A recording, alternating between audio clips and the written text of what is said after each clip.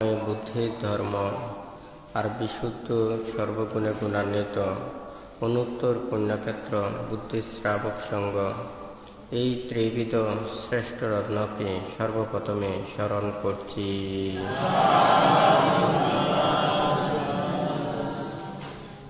আজকে শুভ বৈশাখী পূর্ণিমা উপলক্ষে আয়োজিত দূতাঙ্গ কুটিরে উপস্থিত দূতাঙ্গ কুটিরের সংশ্লিষ্ট বিহার কুটির সংগঠন পরিষদ, গ্রাম তথা বিভিন্ন জায়গা হতে আগত সদ্ধর্মের পূজারী, শ্রদ্ধাবান দায়ক দায়িকাবৃন্দ, আজকে বুদ্ধের এই জন্ম, বুদ্ধত্ব লাভ ও মহাপরিনির্বাণ উপলক্ষে এই শুভ বৈশাখী পূর্ণিমাকে সমগ্র বিশ্বের বৌদ্ধ ধর্মাবলম্বী তথা বুদ্ধির প্রতি শ্রদ্ধা নিবেদিত প্রাণ, দেশ সমাজ তথা সমগ্র বিশ্বের সকল মানুষের অন্তরে অহিংসা ও মৈত্রীর চেতনা উদয় হয়ে অশান্ত পৃথিবীতে শান্তি ও মঙ্গল কল্যাণ সাধিত যাহাতে হয়, মহাকারণিক তথাগত বুদ্ধির এই বাণীকে সভায় ধারণ করে প্রত্যেকের সুখ সমৃদ্ধি বৃদ্ধি প্রাপ্ত হোক, ত্রিরত্ন সমীকে এই প্রার্থনা করছি।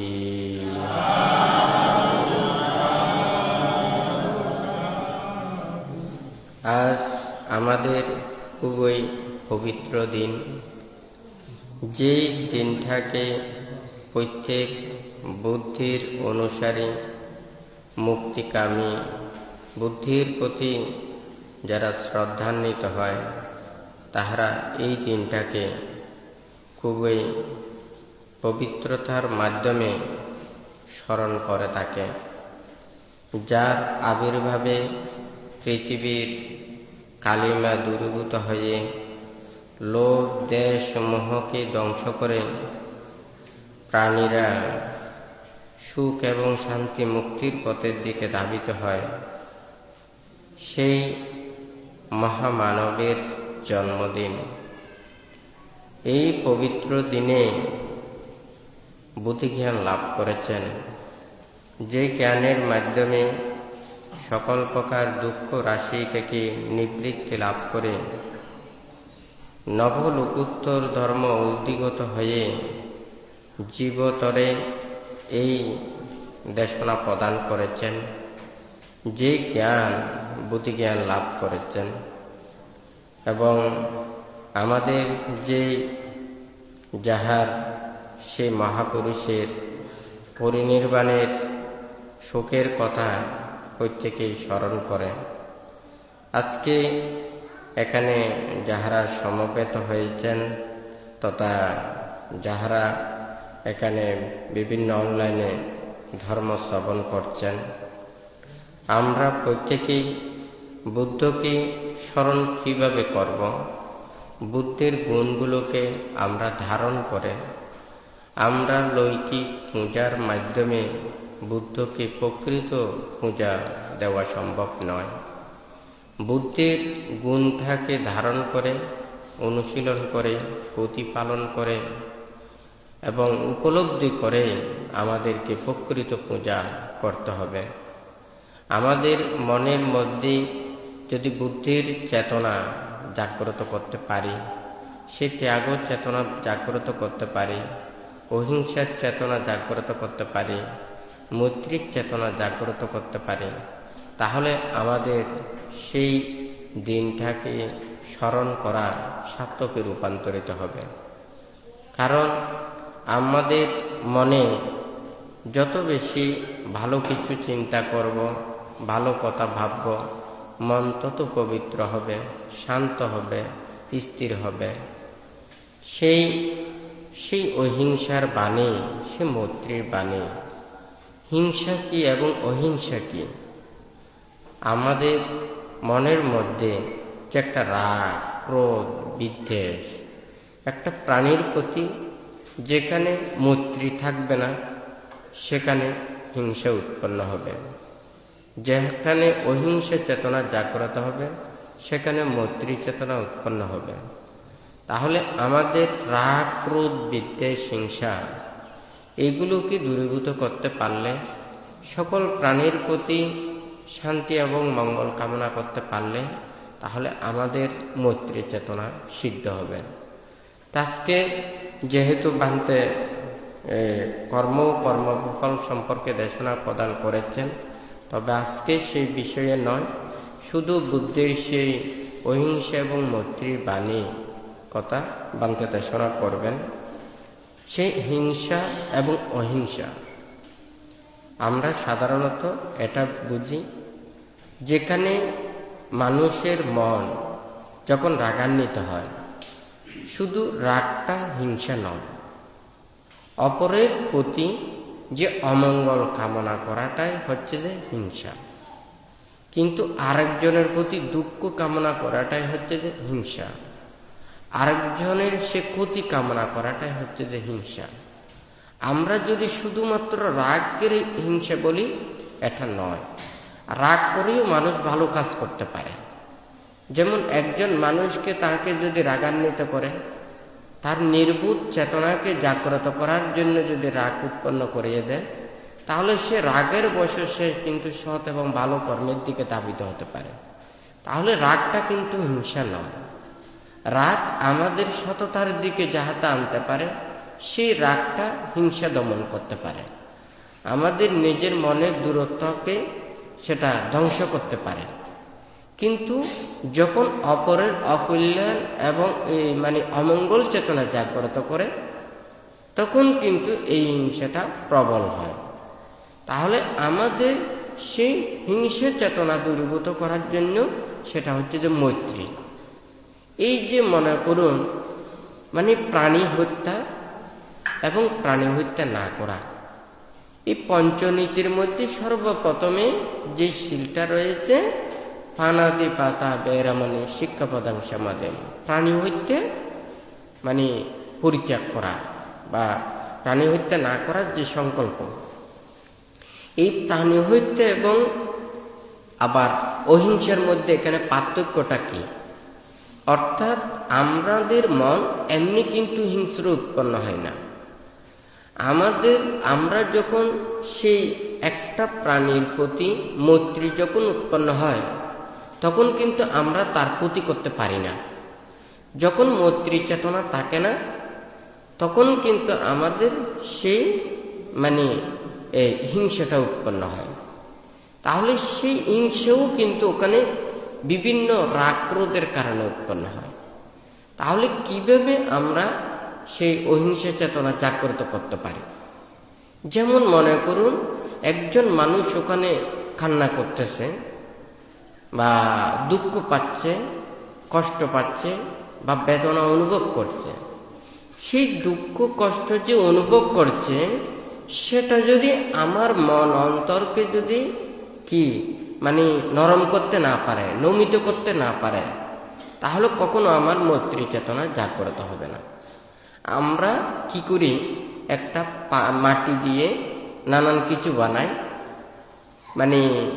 হাঁড়ি পাতিল বানায়, ইট বানায়, নানান ধরনের দ্রব্য সামগ্রী বানায়।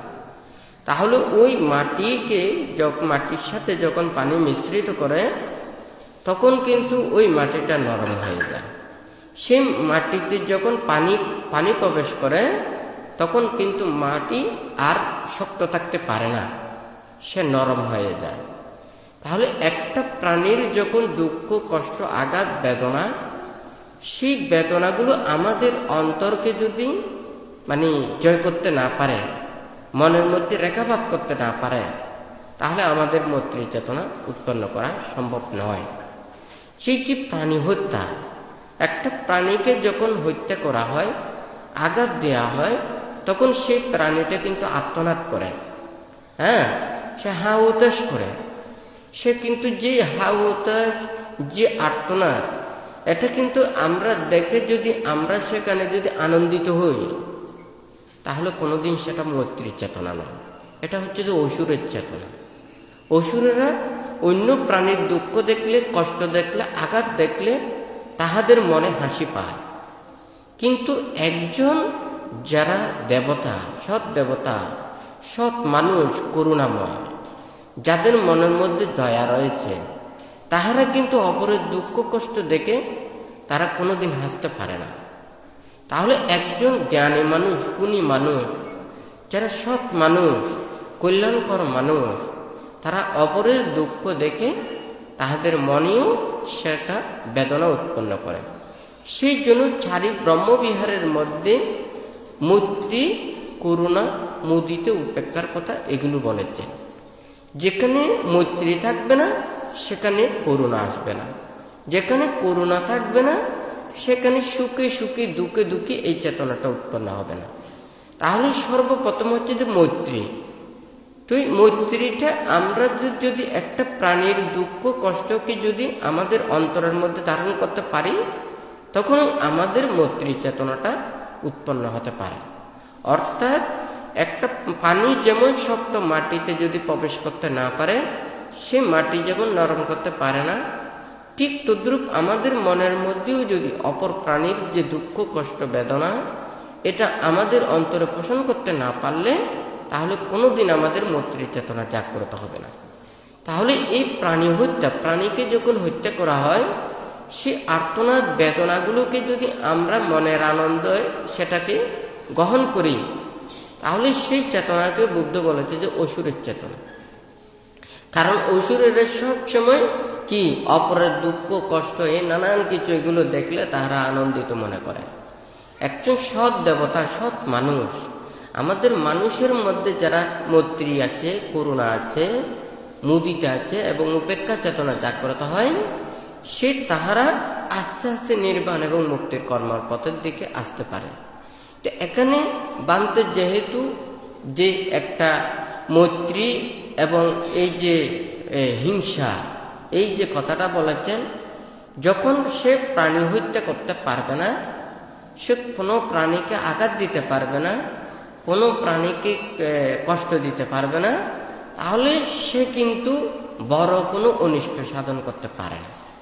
হ্যাঁ, আবার সেই চেতনা আমাদের জাগ্রত করে, সেটা হচ্ছে যে স্বার্থ, একটা হচ্ছে যে লোভ, আমাদের আশা আকাঙ্ক্ষা, লোভ, স্বার্থ, এটাকে কি হিংসাভাব জাগ্রত করে দেয়। হ্যাঁ, তাহলে সেই স্বার্থ এবং লোভ, এই লোভ আমাদের প্রত্যেক মানুষের মনকে এমনভাবে আশ্রিত করে রাখে, যেমন মনে করুন কোনো মানুষ যখন আমরা শীতকালে যখন দেখতে পাই, তখন যখন কুয়াশা হয়, তখন কিন্তু আমরা দূরের বস্তুকে দেখতে পাই না। তাহলে ওই কুয়াশার কারণে আমরা দূরের বস্তুকে দেখতে পাই না।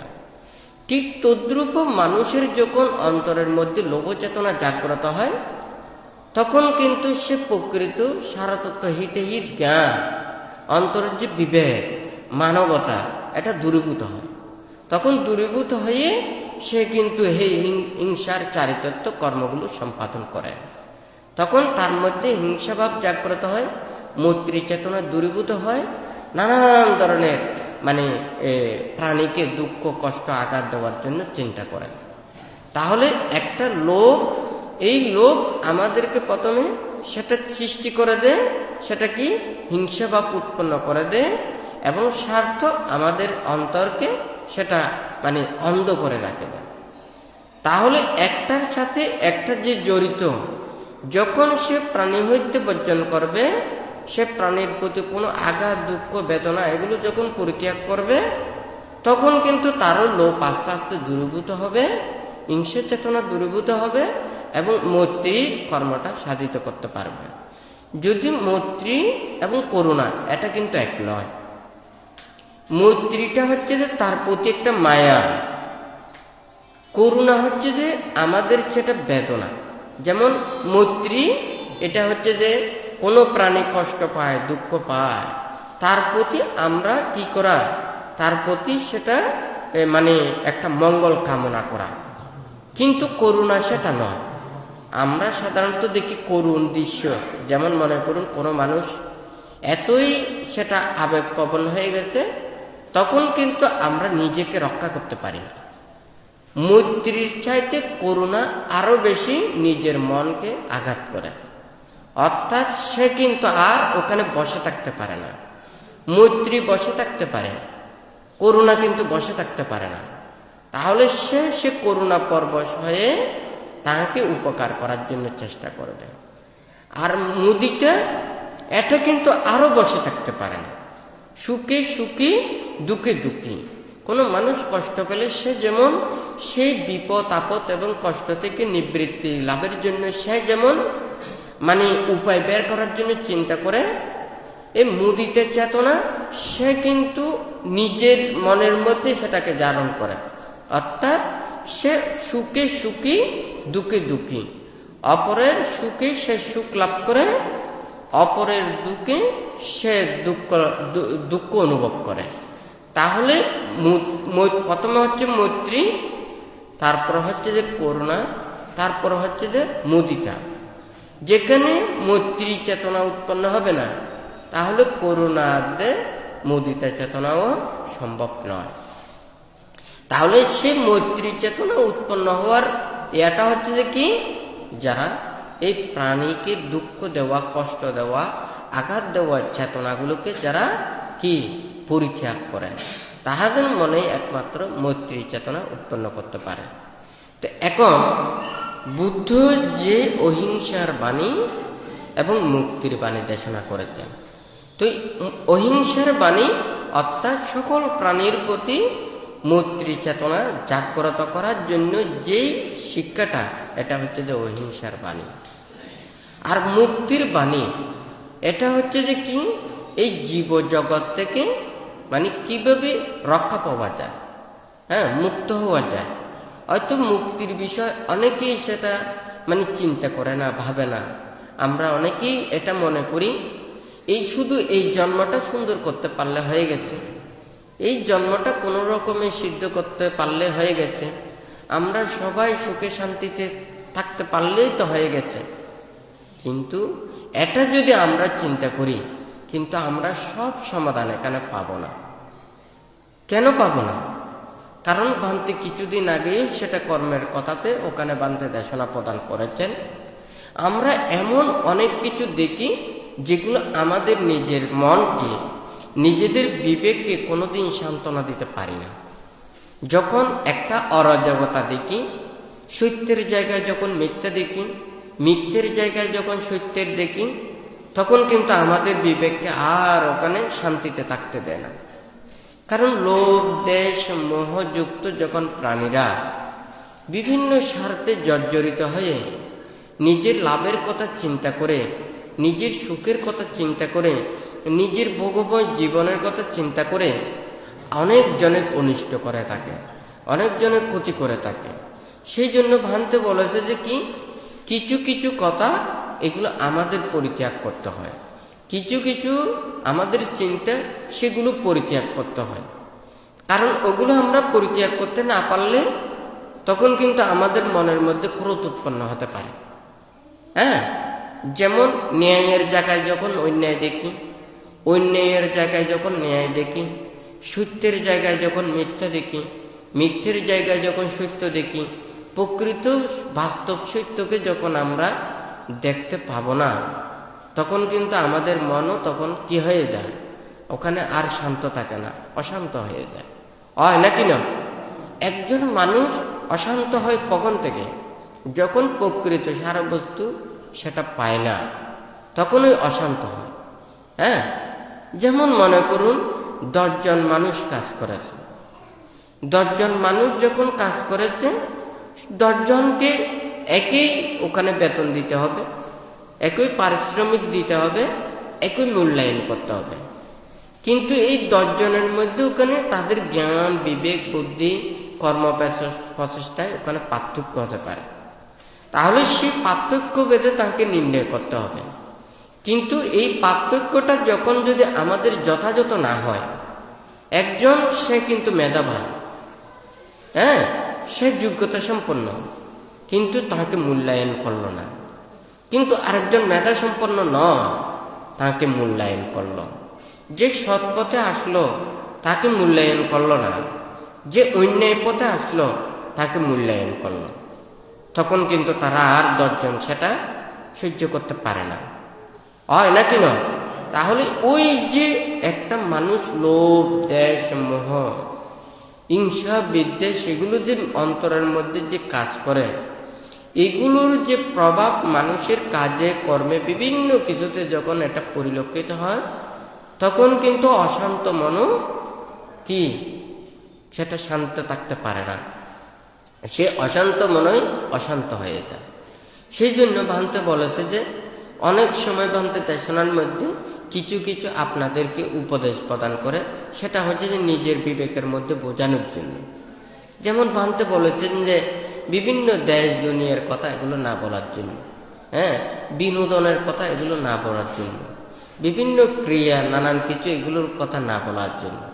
এটার অর্থ হচ্ছে যে কিন্তু এগুলো চিন্তা করলে আমাদের মনের মধ্যে রাগ, ক্রোধ, বিদ্বেষ, হিংসা জাগ্রত হতে পারে। হ্যাঁ, যখন ওখানে অনিয়ম দেখে, যখন দেখে ওখানে সত্যের জায়গায় মিথ্যা অথবা মিথ্যের জায়গায় সত্য, হ্যাঁ, তখন কিন্তু আমাদের সেটা মনের মধ্যে পাপ উৎপন্ন হয়, হয় নাকি না? যেমন মনে করেন আপনারা খেলা দেখছেন, তখন খেলা দেখলে দেখা যায় যে ভালো খেলা খেলে তাকে অত্যাচার করতেছে, হ্যাঁ, যে ভালো করতেছে না তাকে কিন্তু ওখানে সুযোগ সুবিধা দিচ্ছে। তখন কিন্তু একজন মানুষেরা যারা দর্শনার্থী, তখন কিন্তু তাদের মন খারাপ হয়ে যায়, হয় নাকি না? আবার দেখা যায় ওখানে পক্ষপাতিত্ব করে, দর্শক পক্ষপাতিত্ব, হ্যাঁ, বোর্ড পক্ষপাতিত্ব। তখন দেখা যায় তখন মানুষের মধ্যে যে কিন্তু ওই পক্ষপাতিত্ব করে, সে অনিয়মকেও কিন্তু প্রশ্রয় দিচ্ছে। আবার যে পক্ষপাতিত্ব করতেছে না, সে অনিয়মগুলো দেখেও কিন্তু রাগ, ক্রোধ, বিদ্বেষ উৎপন্ন হতে পারে। তুই যার কারণে ওখানে সবাই তো লোভ, দেশ, মোহযুক্ত, তুই যার কারণে এখানে কি এই অনিয়মগুলো হতে পারে। তুই এগুলো যখন উৎপন্ন হয়, তখন কিন্তু মানুষের যে এই লোভ, দেশ, মোহ এগুলো জাগ্রত হয়ে সে আবার অন্যায়ের কর্মপথের দিকে ধাবিত হয়। সেই জন্য বুদ্ধ কোনটা উপদেশ দিয়েছেন?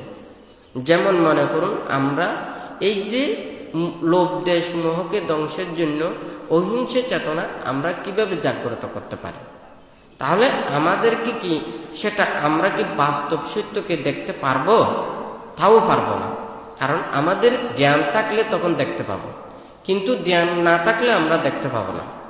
যেমন মনে করুন ভান্তে সব সময় বলে একটা দূরদর্শিতার কথা, হ্যাঁ, 10 জন মানুষকে আমি একটা কর্মের জন্য আমরা বিবেচনা করি, কিন্তু 10 জনে যেটা সিদ্ধান্ত নিয়েছে, 10 জনে 10টা মত পোষণ করেছে। আসলে 10 জনে যে 10টা মত পোষণ করেছেন এটা কিন্তু সত্য, এটা কিন্তু মিথ্যা না।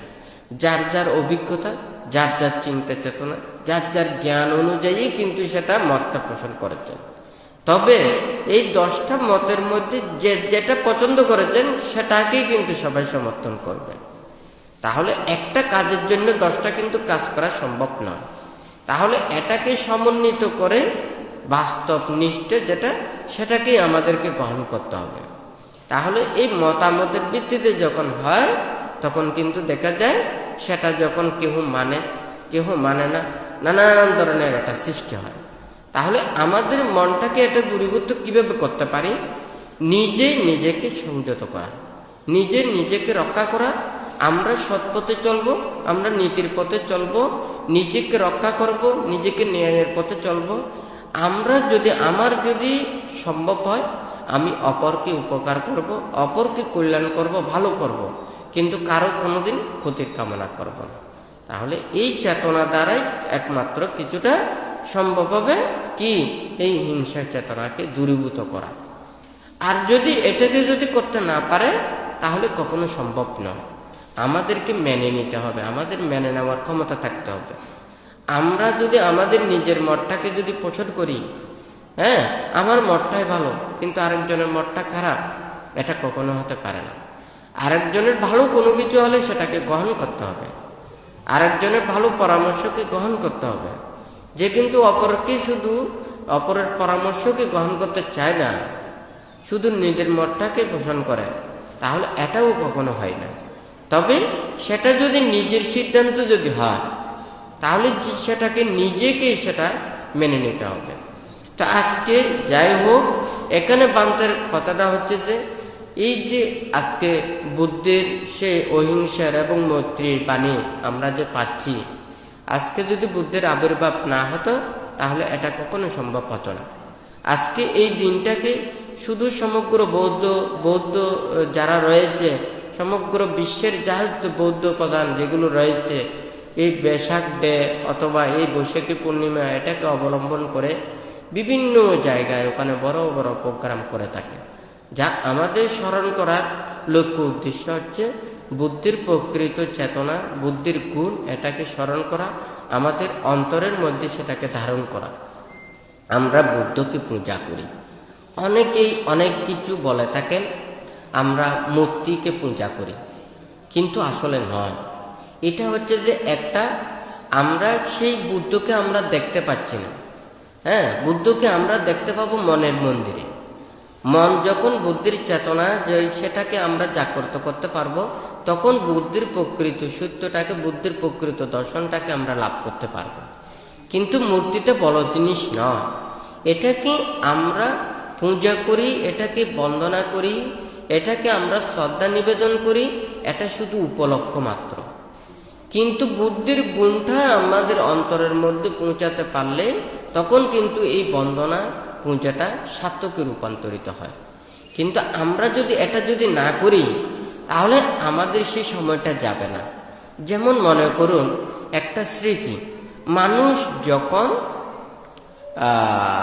মানে অসুস্থ হয়, মতিভ্রম হয়, মাথার মস্তিষ্ক খারাপ হয় নাকি না, তখন কিন্তু দেখা যায় তারা একটা সিনের জায়গাতে যায়। হ্যাঁ, তাহলে সেই সিনের জায়গাতে গিয়ে তখন কিন্তু তাদের মাথার যে অসুস্থতা বোধ করে, হয়তো দেখা যায় তাদের টেনশন, যে দুশ্চিন্তা, মাথার এফেক্ট হয়তো দেখা যায় এগুলো থেকে কিছুটা নিরাময় হয়। আমাদের ডাক্তাররা কিন্তু এটাই ওখানে কিন্তু পরামর্শ দিয়ে থাকে, নাকি না? তা আমরা বুদ্ধকে মূর্তি বানিয়ে ছবি বা শ্রদ্ধা নিবেদন করে যখন আমরা ধ্যানে নিবিষ্ট হই, তখন সেই শ্রদ্ধা আমাদের অন্তরকে যেটা প্রীতি, আনন্দ, সুখ যেটা লাভ করে দেয়, এটাকে তো অন্য কেহ সেটা বর্ণনা করতে পারবে না। তাহলে সেই স্মৃতি, সেই নিমিত্ত এটা আমাদের অন্তরের মধ্যে প্রীতি, আনন্দ জাগ্রত করে দেয়, শ্রদ্ধাকে বর্ধিত করে দেয়, আমাদের অন্তরের মধ্যে সুখ জাগ্রত করে দেয়। তাহলে সেটার জন্যই আমাদেরকে সেই মূর্তিটা বানানো হয় এবং ছবি পূজা করা হয়। এটা কিন্তু আমরা যাহা কিছু পূজা দিচ্ছি, এটা যে বুদ্ধ খাচ্ছেন তা নয়। এটা অনেকেই বুদ্ধ পূজা নিয়ে ভান থেকে প্রশ্ন করেছেন, আমরা যে এতগুলো এই জিনিসপত্র দিচ্ছি, এগুলো তো নষ্ট হয়ে যাবে, এগুলো যে দিচ্ছি এগুলো তো অনর্থক, বুদ্ধ তো খাচ্ছে না। এটা হচ্ছে যে ত্যাগের নিদর্শন। আমরা যদি বুদ্ধির যে ত্যাগের ধর্ম, আমি যদি সামান্য কোনো কিছু ত্যাগ করতে না পারি, তাহলে আমার বাড়ির পাশে যদি কেউ যদি ক্ষুধার্ত মানুষ আসে, তাহলে তো এক বেলা খানাও আমি দিতে পারবো না। হ্যাঁ, তাহলে যদি আমাদের যদি একটুও যদি ত্যাগ চেতনা যদি না থাকে, তাহলে আমরা অপরকে কোনোদিন সাহায্য করতে পারবো না। সেটা বুদ্ধির উদ্দেশ্যে আমরা হয়তো ত্যাগ করি, কিন্তু এই ত্যাগের চেতনাটা আমার মনের চেতনাকে বর্ধিত করবে। সেই বুদ্ধ পূজার পরে আমরা হয়তো সেগুলো ওখানে পশু পাখিকে দিয়ে ফেলি, সেও তো ক্ষুধা নিবৃত্তি করতেছে। তাহলে আমি কিন্তু দিয়েছি বুদ্ধকে চেতনা করে, কিন্তু পশু পাখিকে উপলক্ষ করে না। কিন্তু আমি যে বুদ্ধির উদ্দেশ্যে দিয়েছি সেটাও কিন্তু ওইদিকে সেটাকেও একটু কাজে লাগতেছে, আমাদের ত্যাগ চেতনাও বর্ধিত হচ্ছে।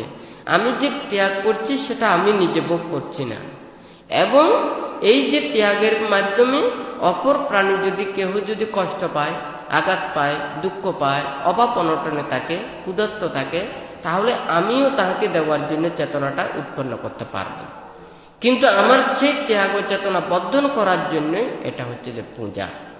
এখন যদি আমাদের যদি সেই পূজাকে যদি কেউ যদি মনে করে আমি তো সে বুদ্ধ পূজা করব না, হ্যাঁ আমি সেগুলো করব, এমন করব, তেমন করব, কিন্তু আমাদের পূজাটা করতে হবে। এই পূজাটা যদি আমরা যদি না করি, হয়তো এমন একটা দিন আসবে তখন কিন্তু তাদের সেই ত্যাগ চেতনাটা থাকবে না। এমন সময়ও ওটা দেখা যায়, বুদ্ধির সমকালীনও দেখা যায়, ওকে বলছে দান করার জন্য, সে বলছে যে আমি কোনো কিছু দান করতে পারবো না। হ্যাঁ আচ্ছা ঠিক আছে, তোমার একেবারে সব সাইতে যেটা পরিত্যক্ত জিনিস সেটা দাও। সে খুঁজে দেখতে পেয়েছে যে কি ওই ফেলাইতে যে ছাই, হ্যাঁ তার প্রয়োজনের জিনিস মানে সে ত্যাগ করতে চাচ্ছে না, শুধুমাত্র তার মানে এই ত্যাগের বিষয়টা হচ্ছে যে কি তার জিনিসটা হচ্ছে যে ছাই, হ্যাঁ যেগুলো ফেলে দেয়। আচ্ছা ঠিক আছে, তুমি আমাকে শুধু ছাই দিও। তার মনের মধ্যে একটা বিবেক উৎপন্ন হয়েছে, এত মানুষ এত কিছু দান করে, আমি ছাই ছাড়া কোনো কিছু দিতে পারি না। হ্যাঁ আমার মন যে কত নিকৃষ্ট, মানুষ শুনলেই তো এগুলো হারাম মনে করবে, হয় নাকি না? ওই যে কৃপণতার চেতনাটা, হ্যাঁ তাহলে কিন্তু ওই ছাই থেকে বর্ধিত করে আস্তে আস্তে দান চেতনার মধ্যে ওটা কি করে নিজের মনটাকে পরিবর্তন করতে পারে, হয় নাকি না? তাহলে আমাদের এই পূজার চেতনাটা এটা লক্ষ্য হচ্ছে যে আমাদের ত্যাগ চেতনা, আমরা যাতে ত্যাগ করতে পারি, এটা আহার ত্যাগ করতে পারি। আর হচ্ছে যে যেটা পূজা, আমরা বাতি ধূপকাঠি মানে পুষ্প দিয়ে পূজা করা, পূজনীয় ব্যক্তিকে পূজা করা। আমরা তো শুধুমাত্র পূজনীয় ব্যক্তিদেরকে পূজা করি তা নয়, আমাদের যারা স্মরণীয় বরণীয়, আমাদের যারা উত্তরসূরি মানে যারা রয়েছে, যারা অতীত হয়ে গেছেন, তাদেরকেও আমরা স্মরণ করি, তাদেরকেও আমরা পূজা করি, তাদেরকেও শ্রদ্ধা নিবেদন করি, তাদেরকেও বন্দনা নিবেদন করি, হয় নাকি নয়? তাহলে এটা হচ্ছে যে পূজার পাত্র, নিশানা।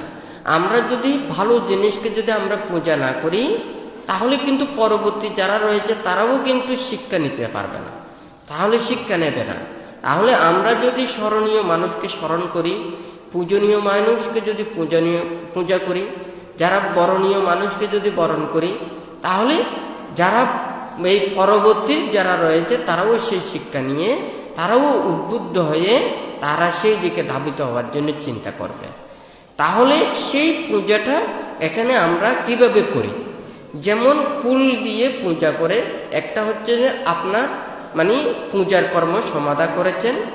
আমরা যে পুষ্প বন্দনা করি, এটা হচ্ছে অনিত্য দুঃখ অনাত্মার চেতনাটা উৎপন্ন করার জন্য।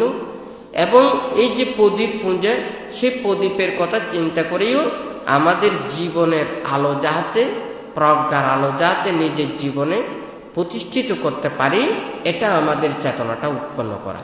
তাহলে ওই প্রদীপটা দান করা শুধুমাত্র আমি বাতি জ্বালানো নয়, এটা আমাদের অন্তরকে অনিত্যতার চেতনা বৃদ্ধি করবে। এবং এই যে প্রদীপ জ্বালানোর সাথে সাথে যেমন অন্ধকার দূরীভূত হয়, ঠিক তদ্রূপ আমাদের মনের মধ্যে জ্ঞানের প্রদীপ যখন প্রজ্বলিত হবে, তখন মনের অন্ধকারগুলো, লোভ দেশ মোহ হিংসা বিদ্বেষ পাপ কালিমাগুলো এটা দূরীভূত হবে। তাহলে জ্ঞানের প্রদীপ, প্রজ্ঞার প্রদীপ অন্তরে জাগরিত করার জন্য সেটা আমাদের মানে পূজা করা হয়। তাহলে এই পূজারও কিন্তু আমাদের অর্থটা রয়েছে। তাহলে যাতে আমরা যেটা ভাবি, নিজের মনটাকে সঠিক পথের দিকে যাতে ধাবিত করতে পারি, সেই জন্যই আমরা এই পূজাগুলো করি। তো এই পূজাকে যদি আমরা শ্রদ্ধা করে, ভক্তি করে যদি আমরা করি, নিজের জীবনে অনেক কিছু সফলতা অর্জন করবে। আর যদি সেটা না করে নিজের অজ্ঞানতাবশত যদি আমরা করি, এই ফলগুলো আমরা লাভ করতে পারবো না। কিন্তু আমাদের অবশ্যই সেটা করতে হবে। যেমন যারা প্রতিটা বৌদ্ধ ধর্ম অবলম্বী, আমরা ত্রিরত্নের প্রতি প্রথমে স্মরণ করা, তারপরে হচ্ছে যে পঞ্চশীল প্রতিপালন করা এবং সঙ্গের সেবা যত্ন করা, চতুর্পত্য দিয়ে সঙ্গকে সেবা করা, তারপর হচ্ছে যে ধর্ম চিন্তা করা এবং ধর্মের শ্রীবৃদ্ধির জন্য প্রচেষ্টা চালানো। একজন প্রকৃত বৌদ্ধ হতে হলে তাকে কিন্তু এই নীতিমালাগুলো অবশ্যই প্রতিপালন করতে হবে। তাহলে এগুলো যদি আমরা প্রতিপালন করতে না পারি তাহলে কিন্তু আমরা বুদ্ধের পূজারীও নয়, প্রকৃত বৌদ্ধও নয়। তাহলে এটাকে আমাদেরকে প্রত্যেকে ধারণ করতে হবে, এই পঞ্চনীতিকে এটা ধারণ করতে হবে।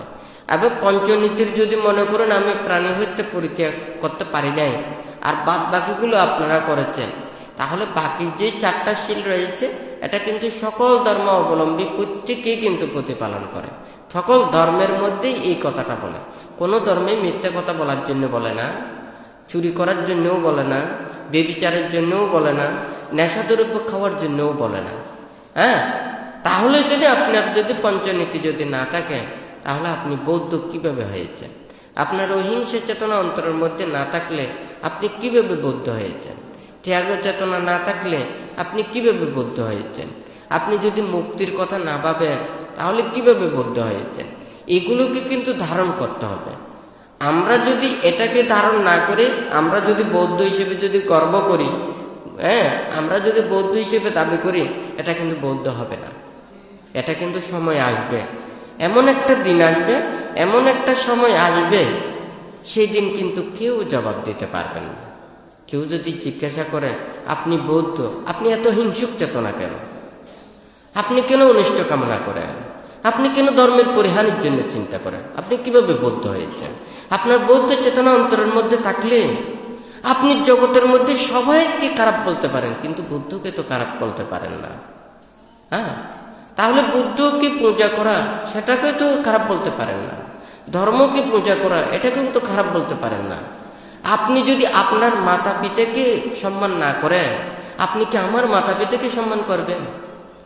যার কল্যাণে, যার মঙ্গলে এই পৃথিবীতে এসেছেন, যারা আপনাকে যত্ন করে না খাওয়াইয়েছেন, হ্যাঁ, যারা প্রতিনিয়ত আপনাকে যত্ন করেছেন, তাহাকে যদি আপনি সম্মান না করেন, শ্রদ্ধা না করেন, সে মাতা পিতাকে যদি রক্ষা না করেন, আপনি কি অন্যজনের মাতা পিতাকে রক্ষা করবেন?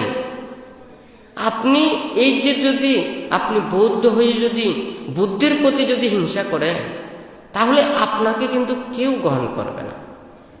আপনাকে যতই আপনার সেটা বন্ধু হোক, আপনার যত জ্ঞাতি হোক, সে কিন্তু মিত্র হলেও কিন্তু আপনাকে মনে প্রাণে বিশ্বাস করবে না। মিথ্যা এমন একটা জিনিস, মিথ্যে দিয়ে আমরা অনেক কিছু লাভ করতে পারি, হ্যাঁ, লাভবানও হতে পারি, কিন্তু এই মিথ্যা আমাদের অন্তরকে এমনই কালিমা করে দেবে, একটা মিথ্যার পরে আরেকটা মিথ্যা জাগ্রত করে দেবে। হ্যাঁ, তাহলে এমন একটা সময় আসবে তখন কিন্তু আপনি কোনো কিছু উত্তর দিতে পারবেন না। ধর্ম এটা আমার কথা না, এটা ত্রিপিটকে বর্ণিত আছে, নিয়ম নীতিও আমাদের আছে। একটা দেশের সংবিধানে যেমন ওখানে খুব সুন্দরভাবে সুশৃঙ্খলতা আছে, এই ধর্মের নিয়ম নীতিতেও এখানে আছে। তাহলে আমরা তো সেই নীতিতে আমরা চলে দেশ সমাজ রাষ্ট্রের সমৃদ্ধ কামনা করতে পারলেই আমাদের বৌদ্ধ দাবিটা সার্থকে রূপান্তরিত হবে। তাহলে বুদ্ধির যে কর্মশ্রীবৃদ্ধির জন্য আমাদেরকে কিভাবে কাজ করতে হবে? মানুষেরা যেগুলো দান দক্ষিণা দিচ্ছে, আমাদের দায়ক দায়িকারা যে ভিক্ষু সংঘদেরকে সঙ্গদান, অষ্টপরিষ্কার দান, বিভিন্ন দানাদি করে থাকে, এগুলোর প্রতি লোভ উৎপন্ন করলে কোনোদিন সেটা লাভ হবে না। শুধুমাত্র ভিক্ষুদেরকে পিণ্ড দেওয়ার সময়, পিণ্ড যখন এই যে বিম্বিসারের কথা, তখন ভিক্ষু সংঘদেরকে আহার দিত, তখন কিন্তু ওখানে ওগুলোর প্রতি লোভ উৎপন্ন করে, কিন্তু তাদের যখন ওগুলো খেতেন মৃত্যুর পরে ওরা প্রেতলোকে উৎপন্ন হয়েছে। তাহলে লোভ চিত্তে গ্রহণ করে ওরা প্রেতলোকে উৎপন্ন হয়েছে। তাহলে এই যে দায়ক দায়িকাদের উদ্দেশ্যে, দায়ক দায়িকারা যে সঙ্গের উদ্দেশ্যে, বুদ্ধির উদ্দেশ্যে, ধর্মের উদ্দেশ্যে প্রদত্ত এগুলোর প্রতি লোভ যদি উৎপন্ন করে, তাহলে তো সেটা জলে পড়ে যাবে। আমার যদি ধর্মের জন্য কর্ম করতে হয়, আমার যদি ধর্মের শ্রীবৃদ্ধি সাধন করতে হয়, আমি কষ্ট করে করি, আমি দান করে করি, আমি নিজের প্রচেষ্টা গুণে করি, একনিষ্ঠ হয়ে করি, তাহলে ধর্মেরও শ্রীবৃদ্ধি হবে, আমারও পুণ্য বর্ধিত হবে। তাহলে আরেকজনের লাভ সৎকারের উপরে লোভ উৎপন্ন করে কোনোদিন এটা হবে না। বান্তে একটা কথাই বলেছেন, ওই সুবর্ণ হংস জাতকের কথা বলেছেন। সুবর্ণ হংস জাতকে ওখানে বর্ণিত করেছেন কি, মানে ও মৃত্যুর পরে যে একটা হাঁস কুলে জন্ম নিয়েছেন, তখন সে চিন্তা করেছে আমি তো ওখান থেকে মানে মৃত্যুবরণ করেছি, আমার স্ত্রী এই মেয়ে ওরা দিন কিভাবে যাপন করছে। তখন দেখতেছে পরের ঘরে দাসী বৃত্তি করে তারা জীবন অতিবাহিত করছে, তাদের প্রতি করুণা উৎপন্ন হয়েছে। হ্যাঁ, তখন সে মানে ওখানে গিয়ে একটা একটা সোনার পালক দিয়ে আসত। তখন মানে তারা ওই সোনার পালকটা বিক্রি করে তাদের জীবনটা খুব সুন্দরভাবে চলত। তাদের দুঃখ নিবৃত্তির জন্য কিন্তু এই সুবর্ণ হংস ওই নিজের সেই স্ত্রী কন্যাদেরকে মানে ওগুলো দিয়ে আসতো।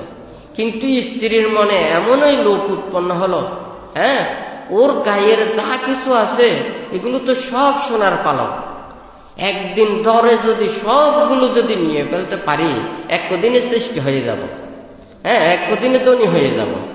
হ্যাঁ, তখন একদিন একেবারে কি ওখানে আদর যত্ন করে ওখানে রুমে নিয়েছে, দরজা বন্ধ করে সব পালকগুলো নিয়ে ফেলল। ওই হংসটা আত্মনাদ করলো, কিন্তু এই যে তাদের লোভ উৎপন্ন হলো, সব ওখানে পালকগুলো সাদা হয়ে গেল। তাহলে ছিল আগে কিন্তু সোনার বর্ণের ছিল, ওগুলো থেকে হারার পরে সব কিছু ওখানে কি হয়ে গেছে, ওটা একেবারে সাদা হয়ে গেল। ওই একটা একটা যে মানে পালক দিয়ে যেত, এটা দিয়ে খুব সুন্দর করে জীবন অতিবাহিত করতে পারত, কিন্তু লোভ উৎপন্ন করে কি একেবারে আগের মতো ওই দাসী বৃত্তির মতো কাজ করতে হলো।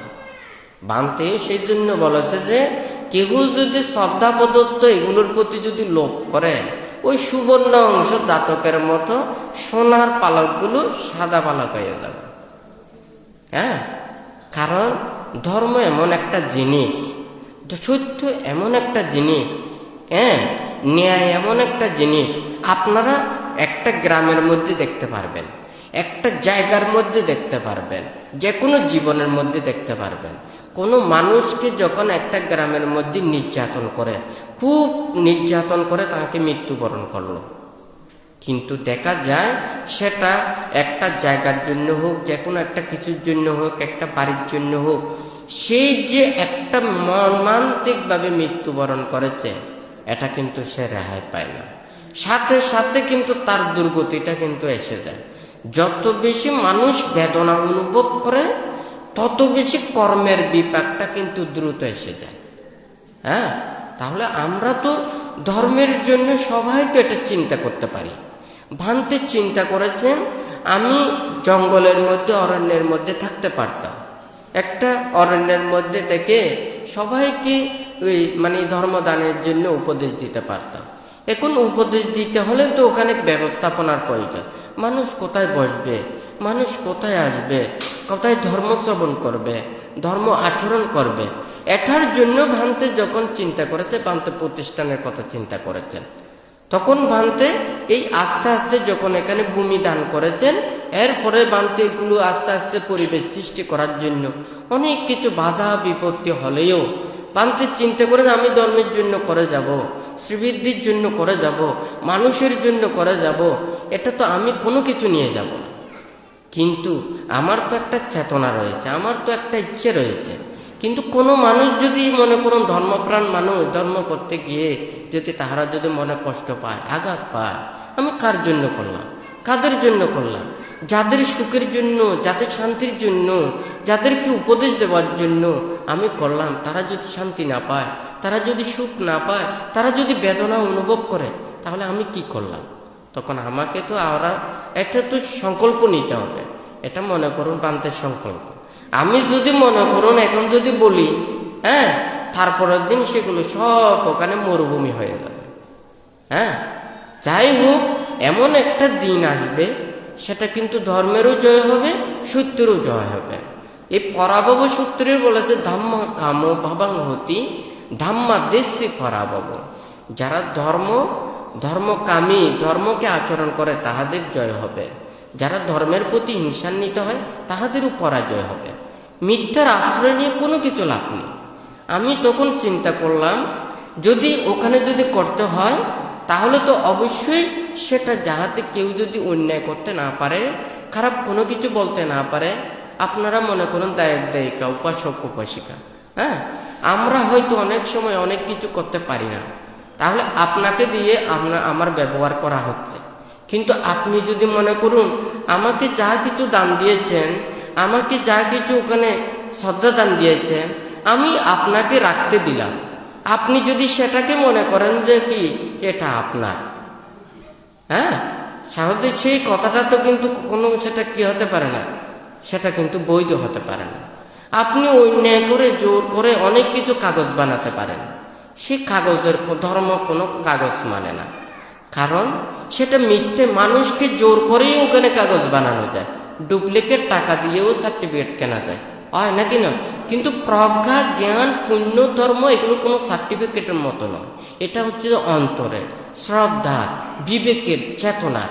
হ্যাঁ, আপনার যদি সেই চেতনা থাকে, একটা আমরা সবাই কপাল বলি, হ্যাঁ, যে পুণ্যবান মানুষ সে যদি একটা মানে তার যদি মানে থাকে, তার যদি ভাগ্য থাকে, তাহলে সেই নদীতে যদি পানিও না থাকে, সে গেলে কিন্তু ওই নদীটা পুড়ে যাবে।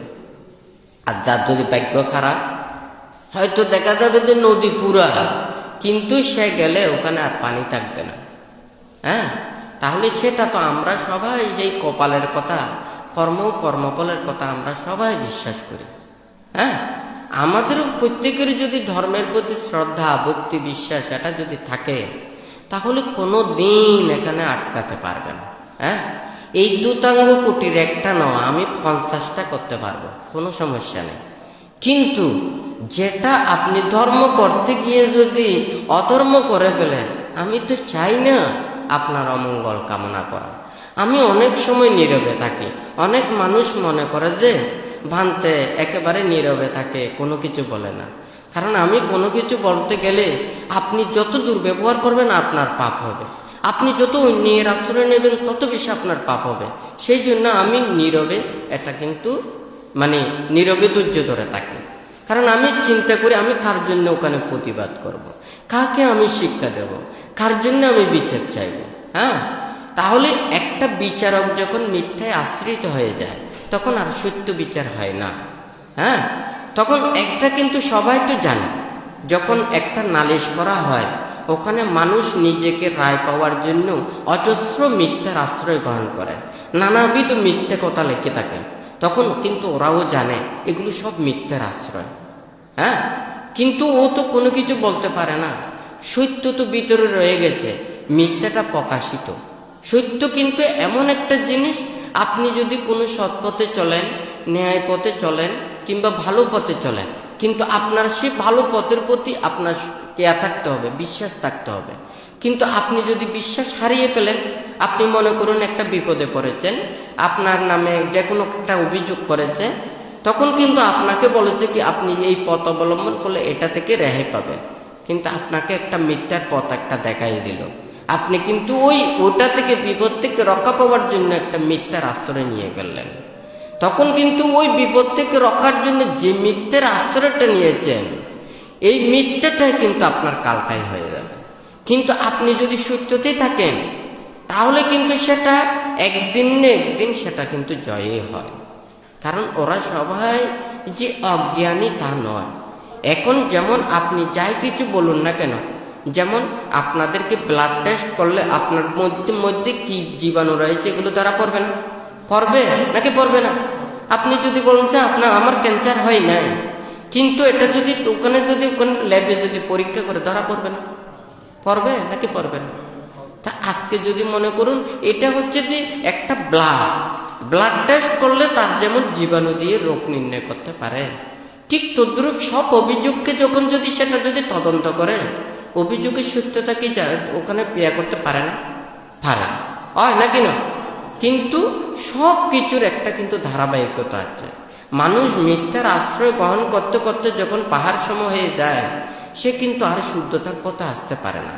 আমরা সবাই ধর্মের জন্য কাজ করি, হ্যাঁ, তাহলে ধর্ম শ্রীবৃদ্ধির জন্য কাজ করি, ধর্মের সেবা করি, হ্যাঁ, ধর্মের অমঙ্গল কামনা করি না। হ্যাঁ, আমরা যদি ভালো কিছু করতে গিয়ে যদি ওখানে অমঙ্গল যদি করতে যাই, এটা কারোর জন্য এটা শুভ আসবে না, এটা অমঙ্গলে হয়ে যাবে। হ্যাঁ, মঙ্গল কামনা করতে হবে, সত্য কামনা করতে হবে। আমি যদি এটা যদি ধর্মের জন্য চিন্তা করি, দেশের জন্য চিন্তা করি, রাষ্ট্রের জন্য চিন্তা করি, সমাজের জন্য চিন্তা করি, প্রাণীর জন্য চিন্তা করি, আমি যদি কাউকে যদি দুঃখ না দিই, আঘাত না দিই, কষ্ট না দিই, কারো যদি অনিষ্ট কামনা না করি, তাহলে আমি যদি সবার মঙ্গল কামনা করার উদ্দেশ্যে যদি আমি কর্ম করি, এটা তো কেউ বাধা দিতে পারে না। সত্য সত্যই থাকবে। হ্যাঁ, আমি আজ পর্যন্ত এখানে অনেক কিছু মনে করুন বানতে, এই যে আবুরকিল গ্রামে পদার্পণের পর থেকে, হ্যাঁ, এই যে এরিয়ার বাইরে এতগুলো করে বাড়িতে আমি এতগুলো মানুষ পর্যন্ত চিনি না। হ্যাঁ, মানুষের ঘরে বাড়ির এগুলো পর্যন্ত সব কিছু জানি না। যারা বান্তের কাছে আসে হয়তো তাদেরকে হয়তো কিছু চিনে জানে।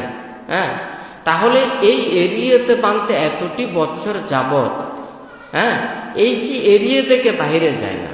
শুধু এটা নয়, বানতে যে উল্টো চরিত্রে ওখানে পাহাড়ে 3 বছর ধ্যান করেছিল।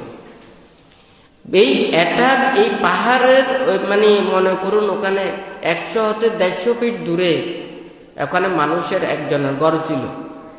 সেই ঘরটা পর্যন্ত দেখে নাই যে ওই জায়গাতে একটা ঘর। তাহলে তো আমি তো ওখানে গিয়ে তো ওখানে দেখতে পারতাম। হ্যাঁ, তাহলে বানতে কিন্তু ওখানে দেয়ানে নিবিষ্ট হয়ে বানতে ওই জায়গাতে দেয়ানে নিমগ্ন হয়েছে। বানতে কে কি করতেছে, কে চিন্তা করতেছে, কে কৌশল অবলম্বন করতেছে, আমার এই চিন্তা করার সময় নেই।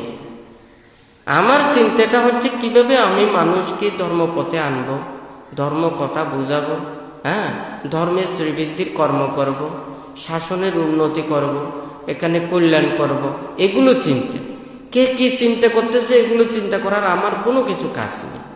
হ্যাঁ, তবে সব কিছুর একটা ন্যায়তা আছে, বৈধতা আছে, নীতি আছে, বিনয় আছে। হ্যাঁ, একটা মনে করুন আমাদের প্রতিটি বিহারে ভিক্ষু আছেন, পান্তারা আছেন, হয় না কেন? তাহলে একটা বিহারে সেই বিহারের কিন্তু জায়গাটা কিন্তু বান থেকে দান করে না, হয় না কেন? সেই বিহারটাও কিন্তু ওই বান্তের শ্রদ্ধা প্রদত্ত বস্তু দ্বারাও করা হয় না, হয় না কেন? তাহলে যদি মনে করুন কোনো ভিক্ষু যদি ওই বিহারেও ওর উদ্দেশ্যে নয়, তাহলে জায়গাও ওর উদ্দেশ্যে নয়, তাহলে উনি যদি ওই বিহারে যদি অবস্থান করেন, হয়তো সেটাও কিন্তু অনেকজনের দৃষ্টিতে সেটাও কিন্তু খারাপ মনে করতে পারে। তাহলে যার উদ্দেশ্যে দান করেছেন, যার শ্রদ্ধাবদ্ধ বস্তু দ্বারা আজকে এতগুলো প্রতিষ্ঠানের কর্মগুলো করা হয়েছে, তাহলে সেই জায়গাতে যদি স্বাধীনভাবে ধর্মচর্চা করতে না পারে, আমি তো কোনো কিছু বলবো না। তবে এমন একটা জিনিস, আমি চাই না কারো একটা অকল্যাণ হোক, কেউ দুঃখ পাক, কেউ কষ্ট পাক, কেউর অকল্যাণ সাধিত হোক, সেটা নয়, সেটা আমি চাই না। যার কারণে কোনো কিছু এগুলো বলতে চাই না। এত পুণ্যার্থী মানুষ, দায়ক দায়িকারা যারা শীল পালন করে থাকে, হ্যাঁ, বুদ্ধির সময়টি অতীতেও ছিল। হ্যাঁ, একজন যখন ভিক্ষুণী, হ্যাঁ, উপরে থেকে একটা থুতু মেরেছেন, উনি অজ্ঞানতবশত একজন সাধারণ ভিক্ষুণীর গায়ে যখন পড়েছে, সে গালি দিয়েছে যে কোন বেশ্যা আমাকে এখানে থুতু মেরেছে। হ্যাঁ, কিন্তু ও তো ইচ্ছে করে তার গায়ে মারেনি, কিন্তু সেই ভিক্ষুণীটা ছিল অরহৎ ছিল। তাহলে এই তুতুটা মারার পরেও ক্ষমা প্রার্থনাও কি যার গায়ে পড়েছে, যে গালিটা দিয়েছে সে ক্ষমা প্রার্থনা করে নাই, যার কারণে কত জন্ম বেশ্যা হয়ে জন্ম নিয়েছে। তাহলে শীলবান মানুষকে যদি গালি দেয়, তাহলে সে গালিগুলো নিজের গায়ে পড়বে না? হ্যাঁ, হ্যাঁ, তাহলে আরেকজনের ক্ষতি চাইলে কিন্তু নিজের সেই ক্ষতিটা কিন্তু নিজের আসে, কিন্তু অপরজনের ক্ষতিটা হয় না। হ্যাঁ, আমরা যখন অপরের অনিষ্ট কামনা করি, তখন কিন্তু সেই অনিষ্ট কিন্তু নিজেকে ভোগ করতে হবে, নিজের মনকে কালিমে যুক্ত হয়, লোভ দেশ মোহ উৎপন্ন হয় না কেন? তাহলে আমরা এমনই চিন্তা করতে হবে, এমন কিছু ভাবতে হবে যেটা আমরা কোনো অপরের একটা যাতে সেটা অকল্যাণ না হয়, যাতে কল্যাণ হয় সেটা কিন্তু ভাবতে হবে। তো এখন যাই হোক, আজকে এই যে বৈশাখী পূর্ণিমার দিনে এই যে বুদ্ধির আবির্ভাবে যেমন আজকে এই যে পৃথিবীর যে অহিংসার বাণী চতুর্দিকে একটা ছড়িয়ে পড়েছে, আজকে বানতে এখানে এই যে দূতাঙ্গ কুটির স্থাপন করে আজকে শত শত হাজার হাজার মানুষ যারা ধর্মপ্রাণ মানুষেরা এসে এখানে ধর্ম শ্রবণ করে যায়, ধর্ম আচরণ করে যায়, পুণ্য লাভ করে যায়। এটা দিন দিন সেটা শ্রীবৃদ্ধি সাধন করে যাতে মানুষের মনের মধ্যে পাপ দূরীভূত হয়, হিংসা যাতে দূরীভূত হয়, মানুষের মনের মধ্যে যাতে ধর্মচেতনা সেটা বৃদ্ধিপ্রাপ্ত হয়।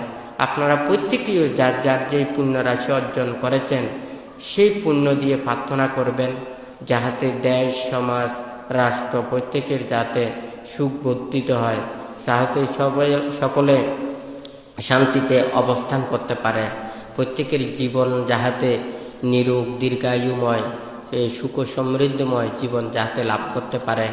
আজকে যারা সমবেত হয়েছেন তথা সকল প্রাণীর প্রতি মঙ্গল এবং করুণা রেখে ত্রিরত্নের প্রতি শ্রদ্ধা উৎপন্ন করে আপনারা প্রার্থনা করে 3 বার সাধুবাদ প্রদান করুন।